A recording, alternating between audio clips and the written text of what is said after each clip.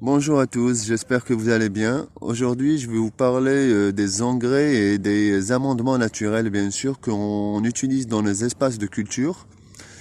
Bon, la différence entre engrais et amendements, en fait, les engrais, c'est de la nourriture pour la biodiversité du sol. Ça veut dire que les engrais enrichissent le sol.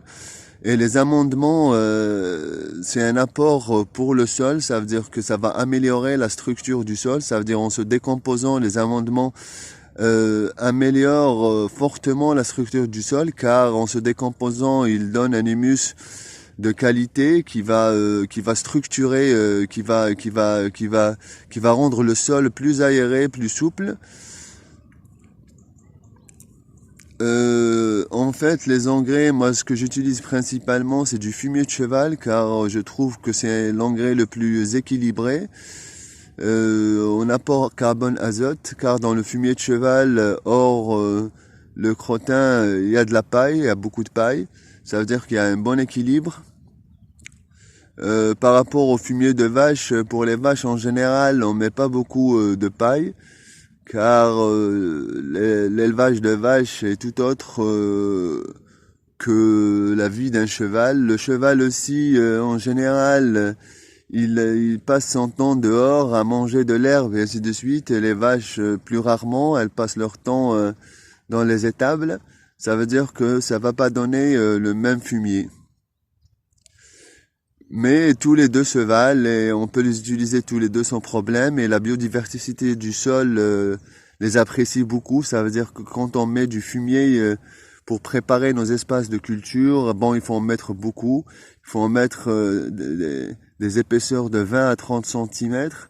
Et il faut les mettre, si vous les mettez bon, jamais frais, toujours mi-mûr ou mûr. Si vous les mettez pendant la période de préparation pour les engrais, bien sûr, les fumiers, si vous les mettez pendant la période de préparation, c'est-à-dire que vous pouvez les mettre mi-mûrs et ça va attirer, bon, avec un bon paillage, il faut qu'il reste humide parce que la biodiversité du sol aime que la terre soit humide. Ça veut dire que les conditions idéales, c'est qu'il faut qu'il y ait de l'humidité.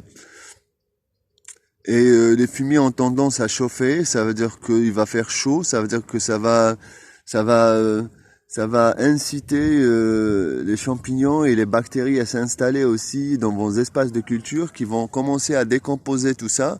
Et en décomposant tout ça, ils vont à travers leur digestion ou à travers différentes substances comme les vers de terre, la substance qui fabriquent sur leur corps gélatineuse comme ça pour pouvoir glisser dans la terre. Cette substance est très riche en nutriments, beaucoup plus que leur digestion. Là, il y a eu dernièrement des recherches qui ont été faites sur les vers de terre et les vers de terre vraiment. C'est d'une importance primordiale dans nos espaces de culture car les vers de terre jouent les deux rôles, structurent vos sols en creusant des galeries et enrichissent vos sols en se déplaçant dans vos sols et laissant leur mucus qui ont sur la peau qui fabrique pour glisser en le laissant partout dans votre sol. Et pour les inciter à venir dans vos espaces de culture, le fumier, en fait, c'est une très bonne nourriture pour eux. Un fumier mi-mûr et bien humidifié attirera fortement la vie dans vos espaces de culture et enrichira fortement vos espaces de culture. Après, il y a les fumiers très azotés comme les fientes de poule ou de canard ou de pigeon. Ceux-là, il faut vraiment faire attention, il faut les utiliser vraiment modérément, il faut pas les mettre très tôt dans les bacs de culture. C'est des fumiers qu'il faut mettre très tard justement. Quand vos cultures ont déjà fleuri, ils vont commencer à fructifier. Là, ils ont pompé parce que il faut savoir que les plantes potagères sont très gourmandes pour la plus grande majorité. Alors, pour arriver jusqu'à la floraison, ils ont pompé beaucoup de nutriments dans votre sol alors pour les booster, pour avoir vraiment une bonne productivité. Vous pouvez mettre quelques poignées comme ça, vraiment quelques poignées de fumier, c'est-à-dire de fientes de poule, de pigeons ou de canards Et là, ça va vraiment booster beaucoup vos cultures. Ça, en ce qui concerne les engrais, aussi il y a les engrais verts, c'est-à-dire vous pouvez préparer vos espaces de culture, par exemple en automne, en semant des engrais verts, c'est-à-dire un mélange de graminées, et les faucher juste avant la montée en graines, et les remettre en paillage. Là aussi, avec leurs racines, parce que dans les graminées, dans les engrais verts, il y a aussi par exemple la févrole, c'est-à-dire que c'est des légumineuses qui emprisonnent de l'azote, qui stockent de l'azote dans leurs racines. C'est-à-dire en les fauchant, en laissant les racines déjà dans le sol, vous allez nourrir votre sol et vous allez créer de la biomasse que vous allez mettre en paillage. Le feuillage aussi est très riche en azote et en se décomposant, il va nourrir votre sol. Mais en fait, les engrais verts, c'est-à-dire qu'ils vont ils vont enrichir votre sol à travers les bactéries et les champignons, mais ils vont pas attirer les vers et les carpocaps, ils vont pas attirer vraiment les insectes et les vers dans vos espaces de culture. Ça veut dire la meilleure manière pour avoir vraiment une bonne biodiversité dans vos espaces de culture, c'est utiliser un fumier équilibré entre azote et carbone, c'est-à-dire pour avoir les insectes et les bactéries et les champignons, ou utiliser des matières azotées, ça veut dire par exemple du fumier de vache, on rajoute de la paille, ou par exemple un, un engrais vert qu'on sème directement sur du fumier mûr. Et là, on pourra vraiment diversifier la vie du sol, la vie de votre sol. Et plus elle est diversifiée, plus la biodiversité est importante dans votre sol, plus vous aurez des plantes robustes, résistantes qui résistent aussi à la sécheresse. Parce qu'il faut penser aussi aux champignons, aux mycorhizes. Il faut utiliser, c'est pour ça que moi je favorise le fumier de cheval, car comme il y a des matières sèches, ça veut dire que il favorise l'installation des champignons. Les champignons sont très attirés par tout ce qui est bois. Comme vous voyez ici, moi je mets l'entourage de mes espaces de culture en rondins de bois, car ça favorise l'installation de mycorhizes, de champignons. Et les mycorhizes, d'après les dernières études, ils jouent un rôle primordial dans nos espaces de culture, car pour les plantes qui se mycorhizent, pour les plantes qui savent vivre en association avec ces champignons, c'est des plantes qui tombent très rarement malades, qui produisent beaucoup, qui résistent très fortement à la sécheresse, car les mycorhizes ont c'est la capacité d'aller chercher de l'humidité même dans les pierres. Mais ça, c'est pas les graines F1, quoi. C'est-à-dire ça, il faut vraiment utiliser des graines paysannes d'anciennes variétés. C'est les seules graines qui gardent encore cette capacité de se mycorhizer, de travailler en association avec les champignons. Les champignons aussi forment des toiles sur des kilomètres, c'est-à-dire ils peuvent apporter de l'humidité à des kilomètres à la ronde. Elles peuvent apporter des nutriments aussi à des kilomètres à la ronde. En plus, les mycorhizes ne se mycorhizent pas qu'avec nos plantes. Ils se mycorhizent aussi avec tout ce qu'il y a autour, les arbres et toute la végétation qu'il y a autour. Sauvage bien sûr, parce que toutes les plantes sauvages ont gardé cette capacité de travailler en association avec les mycorhizes, de faire un échange de nutriments avec les mycorhizes. Et dites-vous que les plantes potagères étaient sauvages à la base et elles ont été modifiées et tout pour qu'elles deviennent ce qu'elles sont devenues aujourd'hui. Mais anciennes variétés, les anciennes variétés ont gardé cette capacité de travailler en association avec les mycorhizes. Il faut juste s'inspirer de la nature. Quand on essaye de se débarrasser des plantes sauvages, on n'y arrive pas. Mais parce qu'elles sont très envahissantes, elles sont très résistantes et très fortes. Parce que justement, elles ont cette capacité de, de, de, de, de travailler en association avec les mycorhizes de toute la biodiversité du sol. Et avec le temps, il y a eu une sélection naturelle dans le bon sens. Ça veut dire que les plantes sauvages ont été dans le sens de la sélection vers les plantes robustes et des plantes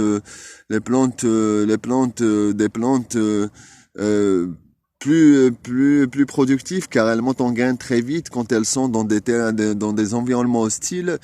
Alors ça veut dire qu'elles se sont adaptées à leur environnement très très vite, alors que les plantes potagères ont été sélectionnées juste pour leur productivité et ils ont laissé de côté le les points les plus importants, c'est leur résistance aux maladies, leur résistance à la sécheresse et ça vraiment il faut faire très attention. Vaut mieux utiliser des graines paysannes d'anciennes variétés et là vous allez avoir vraiment beaucoup moins de problèmes. Vous allez être étonné par la productivité et l'efficacité des graines paysannes. Surtout si vous avez un sol vivant. Alors, ce qui fait que pour les engrais, c'est très important de mettre des engrais naturels, bien sûr, dans vos potagers, dans vos espaces de culture. On a le fumier de cheval que je conseille fortement. Il y a le fumier de vache aussi. Il faut utiliser les fumiers mûrs, attention. Ou mi-mûrs si on les utilise, on les met dans les espaces de culture pour la préparation en automne. Ça veut dire qu'on va les laisser se décomposer pendant 5-6 mois avant de planter. Ensuite, il y a les engrais verts. Les engrais verts sont aussi très bien pour les sols assez lourds comme les sols argileux. Ça structure le sol, ça décompacte les sols. En plus, vous les fauchez, ça va enrichir vos sols. Il faut essayer de ramener de temps en temps, surtout si vous passez dans des forêts, si vous faites des randonnées dans les forêts, si vous passez par un arbre très vieux, il faut essayer de prendre un peu de terre, ne serait-ce 2-3 poignées, c'est pas la peine de prendre des kilos, juste 500 grammes ou 1 kilo et les mettre dans vos espaces de culture, comme ça vous allez accentuer et vous allez augmenter la biodiversité dans vos sols, c'est-à-dire que vous allez apporter les champignons et les bactéries qu'il y a sous cette vieille arbre et vous allez apporter toutes ces informations que cet arbre a stockées pendant toute sa vie. Pendant toute sa vie, vous allez les apporter et les mettre dans vos espaces de culture et là, ça va vraiment enrichir la résistance et la biodiversité de votre sol, la résistance de vos plantes. Pour les amendements en général, c'est tout ce qui est matière brune. Comme vous voyez là, les aiguilles de pin, c'est un très bon amendement car en se décomposant, ça apporte un humus de très grande qualité, un humus de forêt, et ça va améliorer votre sol. D'ailleurs, vous allez avoir un sol de plus en plus foncé, un sol qui est riche, qui a un bon humus et un sol qui est noir. Et en plus, ça va améliorer la structure de votre sol, ça va le rendre comme du couscous, un sol très très facile à travailler. Il y a aussi la paille qui est très très bonne. Il y a les feuilles mortes aussi, les feuilles mortes qui apportent, qui améliorent fortement la structure de votre sol. Tout ça, c'est des amendements. Et là, voilà, c'est les amendements en fait, c'est tout ce qui est matière sèche, les coupons de bois. Il y a Pétio qui me pousse là, il veut vraiment prendre il veut vraiment apparaître quoi dans la vidéo. Là, il a besoin de tendresse, de caresse. Bon voilà, pour tout ce qui est amendement, c'est toutes les matières brunes. Vous les mettez en paillage, vous mettez surtout en été, il faut mettre un paillage assez épais et ça va améliorer votre sol, ça va structurer votre sol sur le long terme.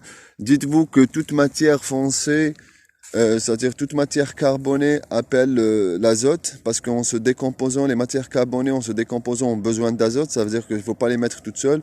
On peut même mettre 30 cm de coupons de bois par exemple et attendre qu'il se décompose.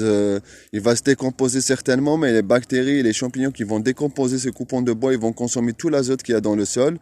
Mais ensuite, après qu'il soit décomposé, ils vont remettre de l'azote à travers leur digestion et à travers leurs différentes substances qu'ils laissent dans le sol, mais ça va prendre énormément de temps.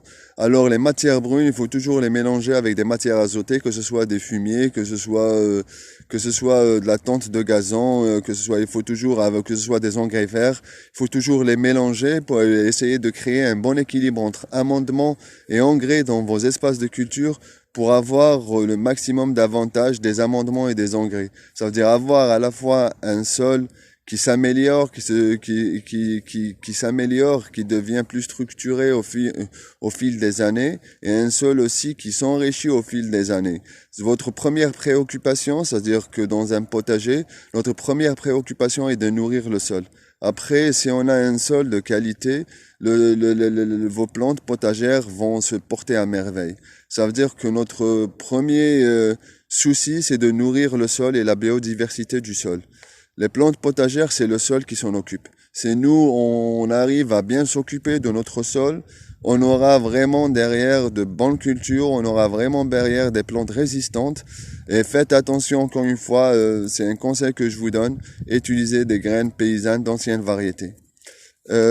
Pour les rondins de bois tout autour, c'est aussi très important aussi. Moi, je trouve que c'est important. D'ailleurs, cette année, j'ai décidé d'arrêter complètement les planches et de revoir tous mes bacs en rondins de bois, car les rondins de bois, comme je vous ai dit, favorisent l'installation de champignons, de mycorhizes, et c'est un abri pour les insectes et pour la biodiversité, et ça garde l'humidité. Les rondins de bois gardent l'humidité dans le sol, surtout sur les rondins de bois.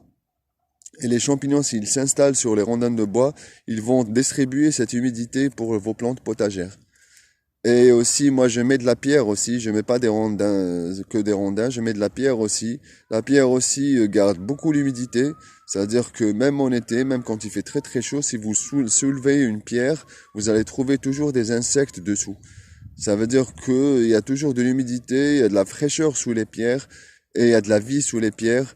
Et moi, je mets aussi des pierres. J'essaye d'aller fortement vers les trucs les plus naturels possibles. Voilà, j'espère que cette vidéo va vous servir. À très bientôt. Portez-vous bien.